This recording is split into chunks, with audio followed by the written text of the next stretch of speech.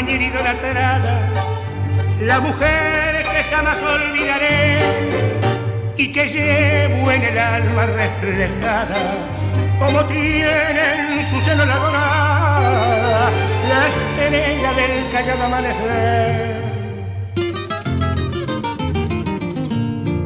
Y en la noche callada y misteriosa su recuerdo me invade el corazón y su nombre dulcísimo rebosa de mis labios temblando de emoción. Ella fue la esperanza de mi vida, mi consuelo, mi dicha y mi sentir, la adorada mujer que no se olvida y que se lleva en el alma hasta morir.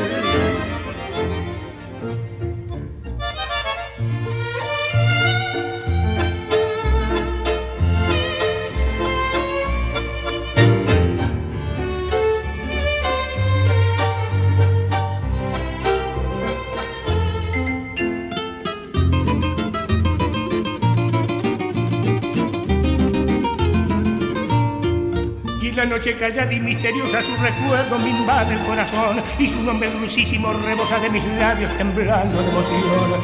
Ella fue la esperanza de mi vida, mi consuelo, mi dicha y mi sentir, la adorada mujer que no se olvida y que se lleva en el alma hasta morir.